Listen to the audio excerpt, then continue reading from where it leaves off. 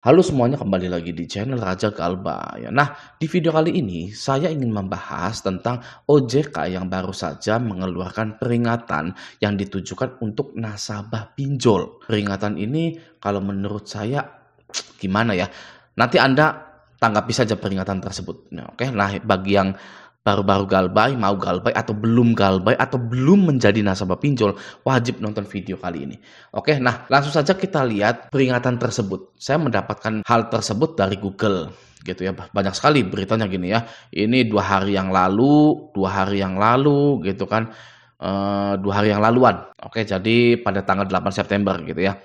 Di sini judulnya OJK wajibkan peringatan resiko di aplikasi pinjol. Nah, apa ini? Ya, kita buka di salah satunya saja ya. Coba kita lihat di CNBC. Oke, nah, di sini judulnya, seperti rokok, aplikasi pinjol diminta pasang peringatan resiko tinggi. Wah, ini baru nih. Ya, baru nih resiko tinggi, oke.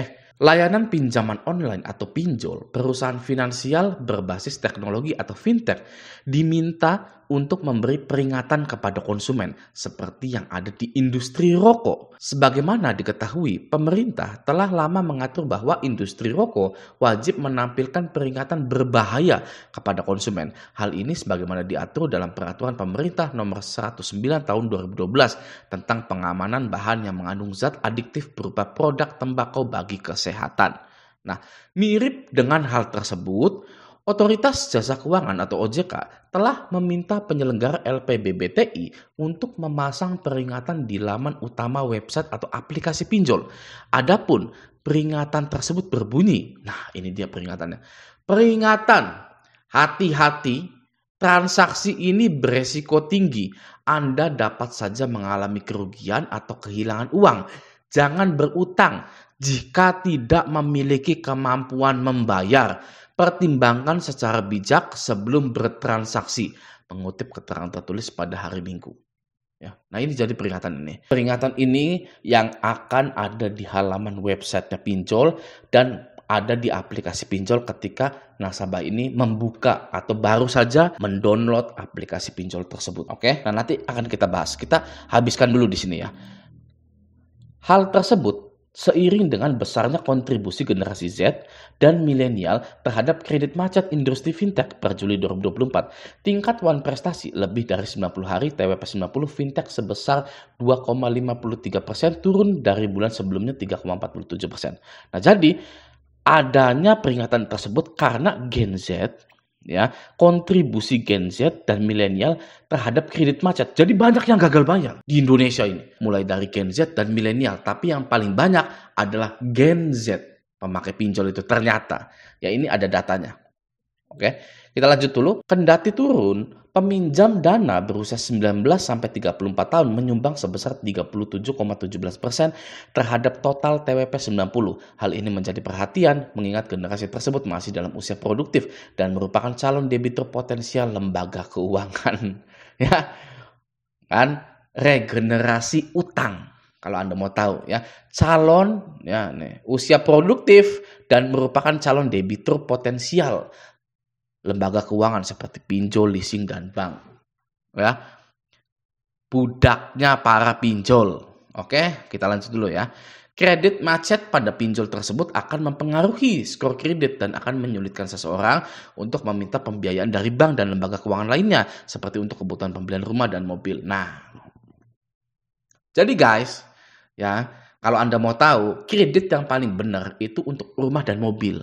Ya, pinjol itu nggak benar. Pinjol itu bisa menyusahkan Anda.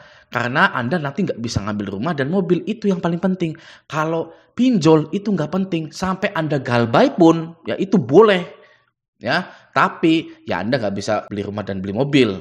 Itu sebenarnya dari statement seperti ini pun kita sudah tahu bahwa galbay di pinjol itu, aduh, ya menyusahkan saja. Boleh, tapi menyusahkan. Oke, selanjutnya. Sementara itu, untuk pembiayaan pinjol hingga akhir Juli 2024, nilai outstanding tumbuh 23,97% menjadi 69,39 triliun. Pertumbuhan tersebut lebih lambat dari bulan Juni yang tumbuh 26, sekian. Agusman juga mengungkapkan per Juli 2024, terdapat 7 dari 147 perusahaan pembiayaan yang belum penuhi persyaratan modal minimum.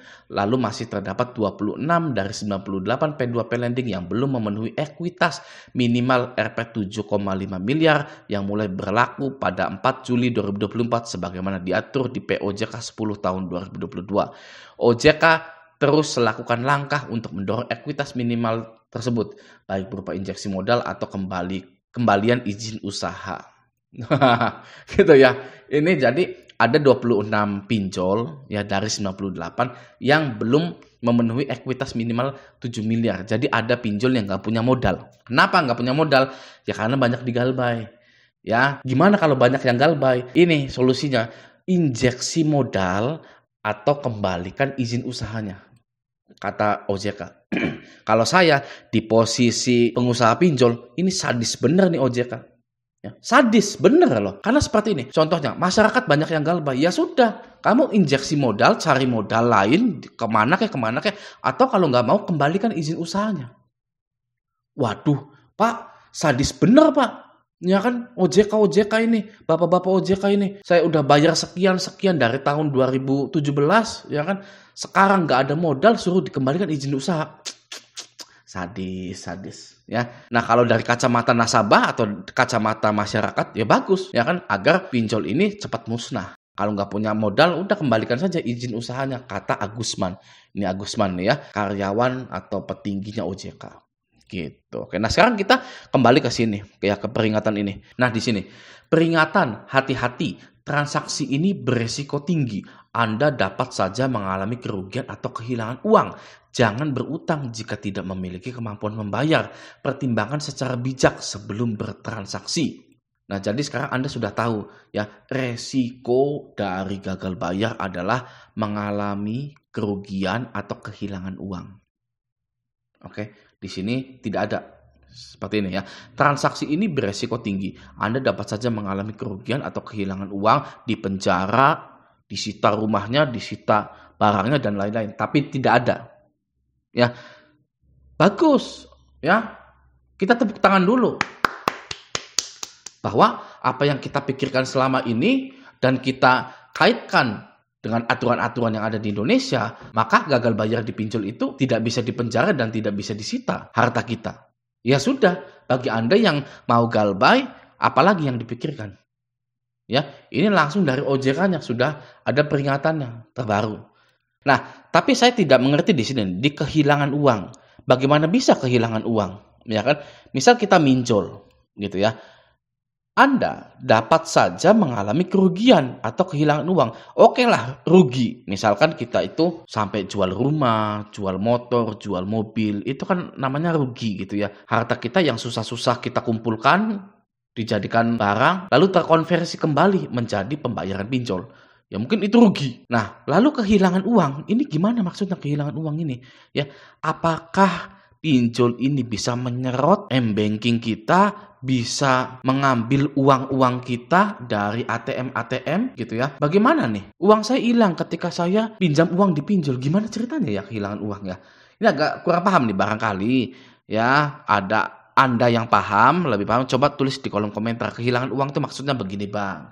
Gini. Oke, saya sangat berterima kasih sekali kalau ada yang menjelaskan. Oke, nah lalu jangan berutang jika tidak memiliki kemampuan membayar. Ini bingung, ya, bingung. Seperti paradoks. Bagaimana saya bisa tahu kalau saya tidak mampu membayar?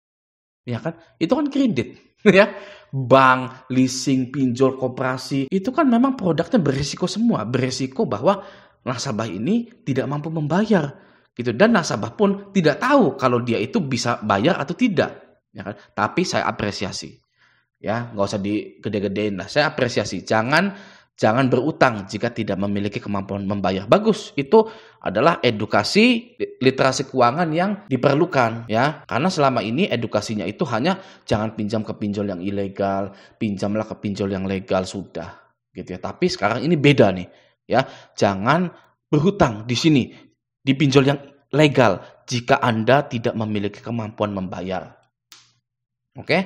Nah, selanjutnya pertimbangkan secara bijak sebelum bertransaksi. Sekarang kita berpikirnya seperti ini ya. Kalau ya kan transaksi ini beresiko tinggi, kenapa tidak ditutup saja sih pinjol itu? ya, daripada berbahaya, potensi adanya korban selanjutnya dan lain-lain gitu ya. Ya jawabannya tadi mirip dengan rokok ya. Kalau rokok ditutup gimana? Ya kan? Nih ya, sama seperti rokok gitu. Ini produknya bahaya nih, nggak boleh make. Tapi kalau Anda make ya sudah Anda tanggung sendiri. Berarti rangkumannya adalah kita harus menggaungkan gagal bayar nasional. Perusahaan rokok tidak bisa ditutup karena nantinya banyak pengangguran kalau ditutup. Tapi kalau perusahaannya sendiri yang memutuskan untuk menutup perusahaannya karena bangkrut, pemerintah bisa apa? Gitu kan ya. Maka dari itu di sini OJK terus lakukan langkah untuk mendorong ekuitas minimal tersebut baik berupa injeksi modal atau kembalikan izin usahanya. Kamu kalau udah nggak punya modal ya sudah kembalikan izin usahanya. Kalau perusahaan pinjol ditutup semua, itu pengangguran ada berapa banyak? Ya kan? Ya. Sedangkan di sini ada lagi berita seperti ini. Kelas menengah lagi susah. OJK beri peringatan ini. Aduh, kelas menengahnya aja lagi susah. Ya kan? Terus ditambah pinjol ditutup. Bret, gitu kan. Nanti banyak pengangguran. Itu apa enggak? Semrawut ancur-ancuran. Nah, maka dari itu kalau menurut saya ya, kalau menurut mata OJK, kacamata OJK nggak bisa nutup pinjol itu karena nanti banyak pengangguran. Maka dari itu beri peringatan saja bahwa jangan berhutang jika tidak memiliki kemampuan bayar. Ya, harusnya di sini ditambahin nih, ya kan? Pertimbangkan secara bijak nih ya. Pertimbangkan secara bijak sebelum bertransaksi atau nonton channel YouTube Raja Galbay. Ya, gitu ya. Bener loh. Peringatan ini muncul itu karena salah satunya banyak yang masih takut dengan pinjol itu. Bagi Anda yang sudah Galbay, itu saya ucapkan selamat. Bagi Anda yang sudah kenal channel Raja Galbay dan Galbay, itu orang yang beruntung. Ya, saya ucapkan selamat karena Anda orang-orang yang sangat beruntung sekali. Sudah Galbay. Kalau orang lain, belum tentu. Masih banyak yang takut seperti itu. Gitu ya. Jadi, hal yang bisa kita rangkum dalam video kali ini yang paling pentingnya adalah transaksi ini beresiko tinggi. Anda dapat saja mengalami kerugian atau kehilangan uang. Jadi resiko gagal bayar di pinjol yang legal, mau itu Kredivo, HCI, Uangmi, Kredit Pintar, Shopee Paylater, S-Pinjam, itu Anda hanya mengalami kerugian atau kehilangan uang saja. Ya, rugi uang saja. Gitu ya, tidak ada di sini ya di penjara, ya kan? Tidak ada penyitaan barang, penyitaan sertifikat rumah, penyitaan BPKB dan lain-lain, penyitaan harta, pokoknya nggak ada. Ya, Anda hanya mengalami kerugian atau kehilangan uang saja. Oke, nah semoga video ini bermanfaat. Sampai jumpa di video selanjutnya.